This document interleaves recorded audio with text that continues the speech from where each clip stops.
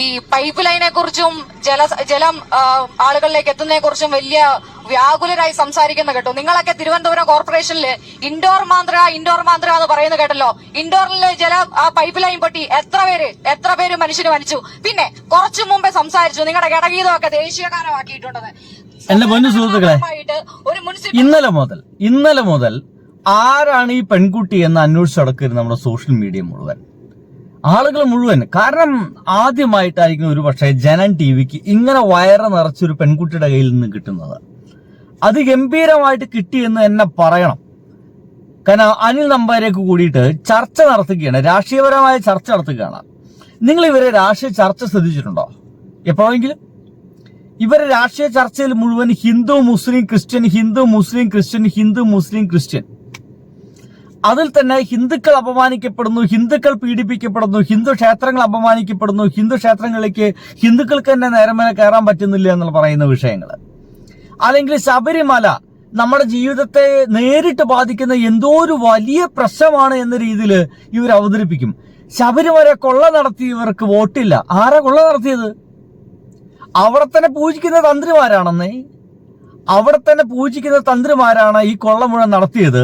അവരറിയാതെ അവിടുത്തെ കൊള്ളയുടെ ഒരു അംശം പോലും അവിടെ ആർക്കും നടത്താൻ പറ്റില്ല എന്ന് കൃത്യമായിട്ടും നമ്മുടെ മുമ്പിലേക്ക് തെളിവുകളൊക്കെ ഉണ്ടായിരിക്കെ എല്ലാം കൂടിയിട്ട് ഏതെങ്കിലും രാഷ്ട്രീയ പാർട്ടി നെഞ്ചത്തേക്ക് ഇട്ടിട്ട് രക്ഷപ്പെടാൻ വേണ്ടിയിട്ടാണ് ഈ സംഘികളൊക്കെ ശ്രമിച്ചുകൊണ്ടിരിക്കുന്നത്.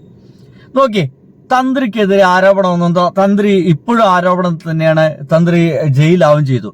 ഏതെങ്കിലും ഒരു BJP-ക്കാരൻ സമരം നടത്തിയായിട്ട് നിങ്ങൾ അറിഞ്ഞോ തന്ത്രിയുടെ വീട്ടിലേക്ക്? എന്തേ വേറൊരു മനുഷ്യനുണ്ടാവല്ലോ, ഓന്റെ വീട്ടിലേക്ക് ആ സ്വർണ്ണപ്പാളിയൊക്കെ അവിടെ ഇവിടെയും കൊണ്ടുപോയിട്ട് പ്രദർശിപ്പിച്ചവൻ ലെവന്റെ വീട്ടിലേക്ക് ആരെങ്കിലും ഒരു ജാഥയെങ്കിലും സംഘടിപ്പിച്ചോ? എന്തേ സംഘടിപ്പിക്കാത്ത?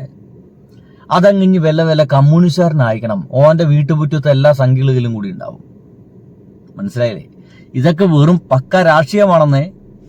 ഇവർക്ക് കൃത്യമായിട്ടുള്ള രാഷ്ട്രീയമുണ്ട്. നമ്മുടെ ജീവിതത്തെ ഒരു കാരണവശാലും നേരിട്ട് ഇടപെടാത്ത വസ്തുക്കളാണ് ഈ അമ്പലമായാലും പള്ളിയായാലും ക്രിസ്ത്യൻ പള്ളിയായാലും.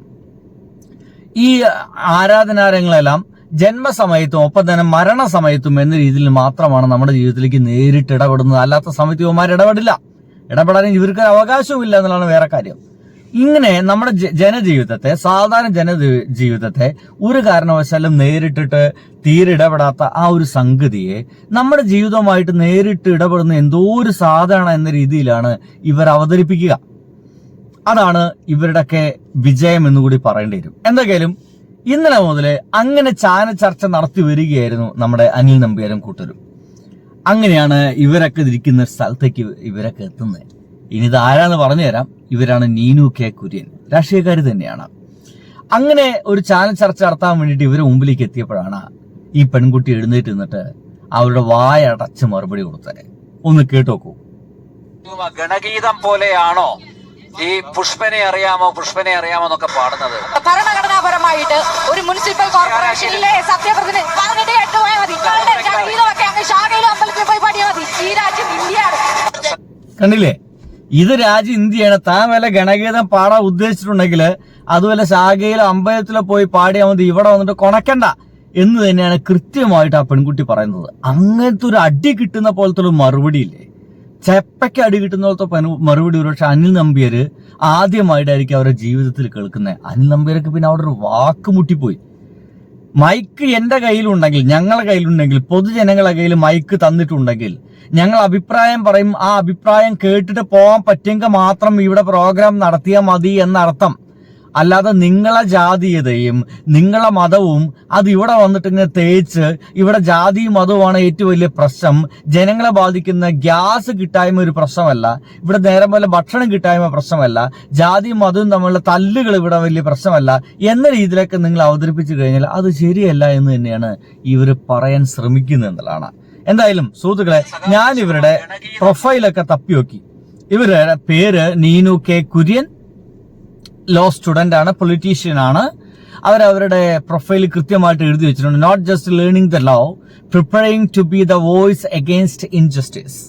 ഞാൻ ചുമ്മാ ഒരു നിയമം പഠിക്കുക മാത്രമല്ല, ഞാൻ ശബ്ദമാകാൻ ശ്രമിക്കുകയാണ്. എവിടെയാണ് നിൽക്കുന്നത്, എവിടെയാണോ നീതിയില്ലാത്തത് ആ നീതിയില്ലാത്തിടത്തെല്ലാം ഒരു ശബ്ദമാവാൻ വേണ്ടി ഞാൻ ശ്രമിക്കുകയാണെന്ന് കൃത്യമായിട്ടും ഇവർ എഴുതി വെച്ചിട്ടുണ്ട് അവരുടെ പ്രൊഫൈൽ. ദാറ്റ് മീൻസ് അവരൊരു അടിപൊളി ലോ സ്റ്റുഡൻ്റ് ആണ്, ഒരു പൊളിറ്റീഷ്യൻ ആണെന്ന് അർത്ഥം. അത് ശരിയാണെന്ന് തെളിയിക്കും വിധത്തിലാണ് ഇവരെ വാക്കുകൾ മുഴുവൻ നമ്മുടെ മുമ്പിലേക്ക് എത്തുന്നത്. വേണമെങ്കിൽ അവർ വ്യക്തമായിട്ടുള്ള സ്ഫുടതയോട് കൂടിയിട്ടുള്ള ഇപ്പോൾ നടക്കുന്ന നമ്മുടെ രാജ്യത്ത് നടക്കുന്ന പ്രശ്നങ്ങളെ കുറിച്ചിട്ടുള്ള ഒരു അഭിസംബോധന കൂടി നിങ്ങൾക്കൊന്ന് കാണാം. ലോകയുദ്ധങ്ങൾ നമുക്ക് ദൂരക്കാഴ്ചയാണ്. അതുകൊണ്ട് തന്നെ അന്താരാഷ്ട്രീയ രാഷ്ട്രീയ പ്രശ്നങ്ങൾക്കെതിരെ സമരം ചെയ്യുന്നത്, അങ്ങനെയുള്ള സമരങ്ങൾ നമ്മുടെ നാട്ടിലെ ജംഗ്ഷനിൽ നടത്തിയിട്ട് എന്താണ് കാര്യമുണ്ട്? ഞാനും നിങ്ങളും അടങ്ങുന്ന സമൂഹത്തിൽ നമുക്ക് ചുറ്റിനും നടക്കുന്ന കാര്യങ്ങൾ എന്താണെന്ന് ഈ നാട്ടിലെ ജനങ്ങളെ ബോധിപ്പിക്കേണ്ടത് അവരുടെ രാഷ്ട്രീയ കടമയാണ്. അത് നമ്മൾ സ്വയം തിരിച്ചറിയേണ്ടത് രാഷ്ട്രീയ ബോധം. നോക്കൂ, യുദ്ധങ്ങളുടെ പരിണിത ഫലം നമ്മുടെയൊക്കെ അടുക്കളയിലേക്ക് വന്നെത്തിയിരിക്കുകയാണ്. LPG ഇറക്കുമതിയിൽ ലോകത്തിലെ 2ാമത്തെ രാജ്യമാണ് ഇന്ത്യ. ഇന്ത്യയിൽ ഏകദേശം 33.15 മില്യൺ ടൺ LPG ആണ് ഒരു വർഷത്തിൽ ഉപയോഗിക്കുന്നത്.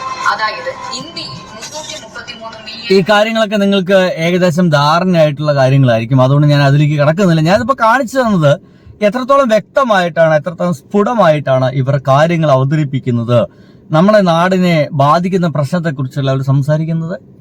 യുദ്ധം നമ്മുടെ നെഞ്ചത്തേക്ക് വരുമോ? ഇവിടെ എന്തിനാ കമ്മ്യൂണിസ്റ്റുകാർ ഇങ്ങനെ യുദ്ധം എവിടെയിലൊക്കെ നടക്കുമ്പോൾ ഇവിടെ യുദ്ധം നിർത്താന്ന് പറഞ്ഞിട്ട് നമ്മുടെ നാട്ടിൽ എന്തിനാണ് ഇങ്ങനെ മുദ്രാവാക്യം വിളിക്കുന്നൊക്കെ ചോദിച്ചമാരുടെ കണ്ണാക്കിലേക്ക് പിരിവെട്ടിയ രീതിയിലാണ് ഇപ്പോൾ ഗ്യാസിന്റെ പ്രശ്നം വന്നു നിൽക്കുന്നത്.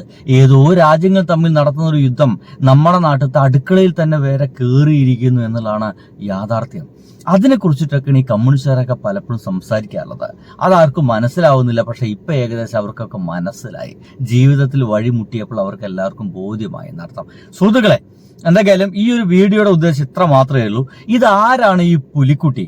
അതിഗംഭീരമായിട്ട് അനിൽ നമ്പീരെയും ജനൻ ടിവിയെയും പറപ്പിച്ച ആ പുലിക്കുട്ടി ആരെന്ന് ചോദിക്കുന്നവർക്ക്, അതുപോലെ അത് അന്വേഷിച്ച എനിക്ക് കൂടിയിട്ടുള്ള ഒരു ഉത്തരമായിട്ട് ഇത് മാറുന്നു. ഇവരെ പേര് നീനു കെ കുര്യൻ, പൊളിറ്റീഷ്യനാണ്.